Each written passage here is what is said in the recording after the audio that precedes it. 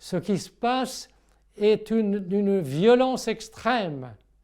On maltraite la population, on ment à la population.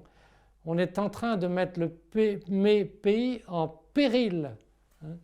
On est en train de dépecer la France, de la tailler en pièces, de la vendre en morceaux, comme si on voulait casser le secteur public, la privatiser.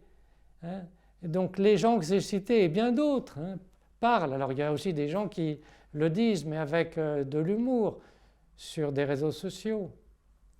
C'est dramatique ce qui se passe, c'est dramatique.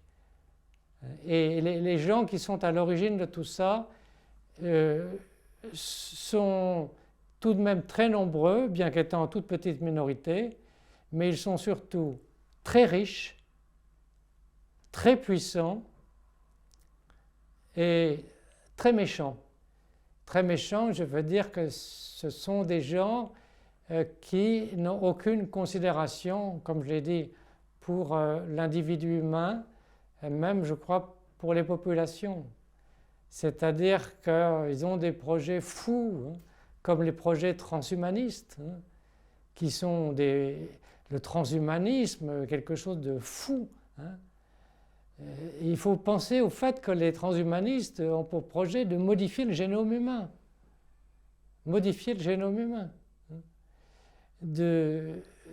D'obliger nos gènes à coder pour des comportements qui deviendraient en quelque sorte automatiques ou téléguidés, avec finalement 3 niveaux dans la population. Vous avez l'élite suprême, l'élite dirigeante, intellectuelle, etc., qui, elle, est dans le secret, bien sûr, et qui a tous les pouvoirs. Vous avez ensuite un deuxième niveau, ce sont des hauts dirigeants, mais qui sont tenus en respect par l'élite suprême, mais qui jouissent de conditions très favorables de vie, d'un confort de vie, qui peuvent un peu réfléchir, mais pas trop.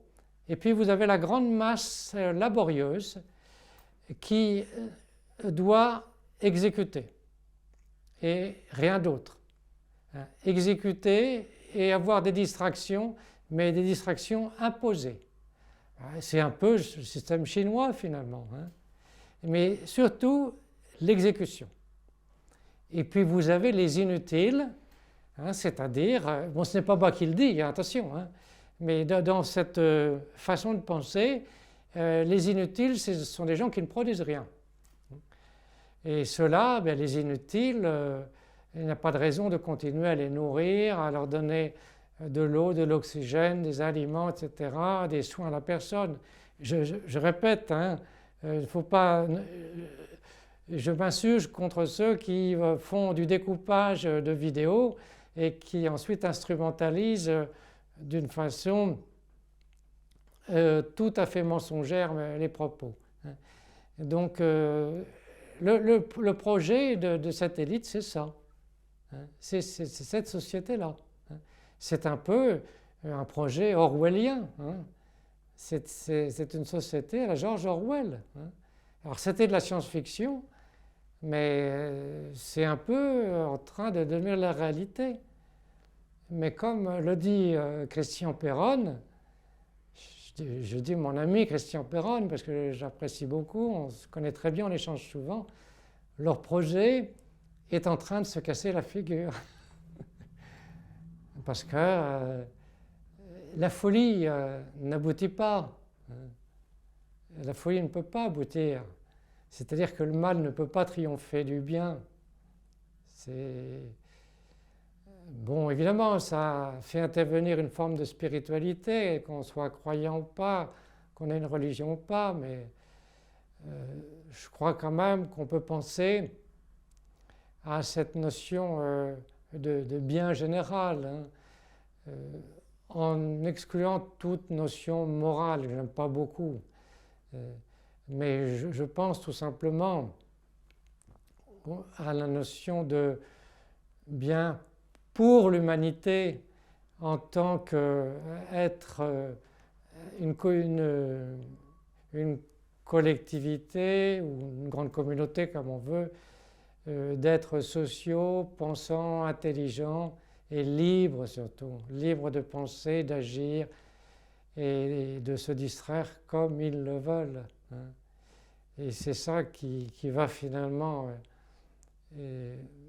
c'est ça qui va finalement persister. Hein. Et ceux qui veulent imposer leur façon de faire, ils ne réussiront pas. Moi, je pense que Christian Perron a raison.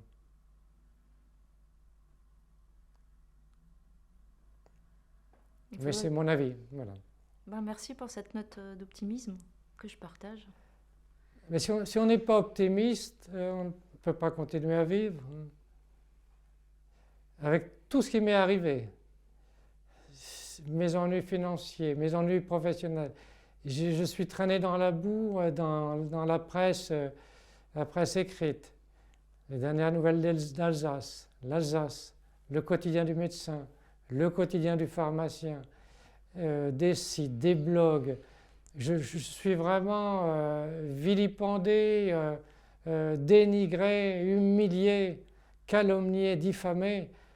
Alors ça, c'est déjà très dur à vivre, étant donné que je n'ai jamais été un charlatan, je ne me suis pas enrichi, j'ai toujours fait très attention à ce que je prescrivais. On m'a accusé de prescrire des médicaments sans tenir compte des interactions médicamenteuses. C'est faux. J'ai toujours consulté le thésaurus des interactions médicamenteuses. J'ai rédigé mes ordonnances avec soin en indiquant de façon dactylographiée les principaux effets pharmacodynamiques pour que les patients puissent s'y retrouver. Ce qui est rare. Peu de médecins font ça. Par exemple, azithromycine, entre parenthèses, antibiotique de la famille des macrolides, qui a une action antivirale, antibactérienne. Je mettais tout ça sur mes ordonnances. Dexaméthasone, entre parenthèses, anti-inflammatoire de type corticoïde, qui est destiné à réduire les phénomènes inflammatoires intenses. Je mettais tout ça sur mes ordonnances en plus. Hein. Donc qu'est-ce qu'on me reproche, hein? Et c'est infondé. Il y a vraiment un acharnement contre moi. Donc malgré tout ce qui est arrivé, la maladie, cette humiliation par la presse, ben, je suis toujours là. Hein, et ça ne m'empêche pas de sourire. Donc oui, je reste optimiste. Parce que c'est la seule façon de s'en sortir. Et puis que je sais quand même ce que j'ai fait, je connais ma compétence. Et je remercie Christian Perron d'avoir dit récemment au Parlement européen que j'étais un grand médecin qui avait soigné beaucoup de gens et que j'avais été condamné injustement. Voilà. Maintenant, je ne sais pas quel est mon avenir. Les justes seront reconnus à leur juste valeur, de toute façon. Et puis d'avoir sa conscience pour soi, c'est fondamental dans la vie. Ben, la conscience pour soi, mais ça ne suffit pas. Hein. Ça ne suffit pas, il faut quand même un peu d'aide. Parce que seul, on ne fait rien. Donc heureusement, il y a beaucoup de gens qui me soutiennent aujourd'hui. J'ai reçu un nombre phénoménal d'appels, de courriels, même de courriers, je ne sais pas comment les gens ont eu mon adresse, des messages sur les réseaux sociaux. Beaucoup de gens ont dit qu'ils me soutenaient. Il y a même des gens qui ont organisé des cagnottes pour m'aider à payer des frais d'avocat. C'est très gentil.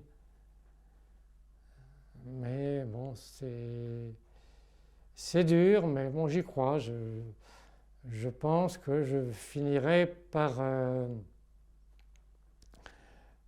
triompher de mes ennemis, tout simplement. Enfin, mes ennemis, de mes attaquants, je vaut mieux dire mes attaquants, des gens qui m'attaquent. Je pense que je finirai par en triompher. Je pense que la vérité va finir par triompher du mensonge. Et je pense que tout ceci ne sera dans quelque temps qu'un mauvais cauchemar et qu'on pourra revivre normalement avec un système de santé juste et non plus corrompu et complètement pernicieux. Voilà. Bien, bah merci beaucoup.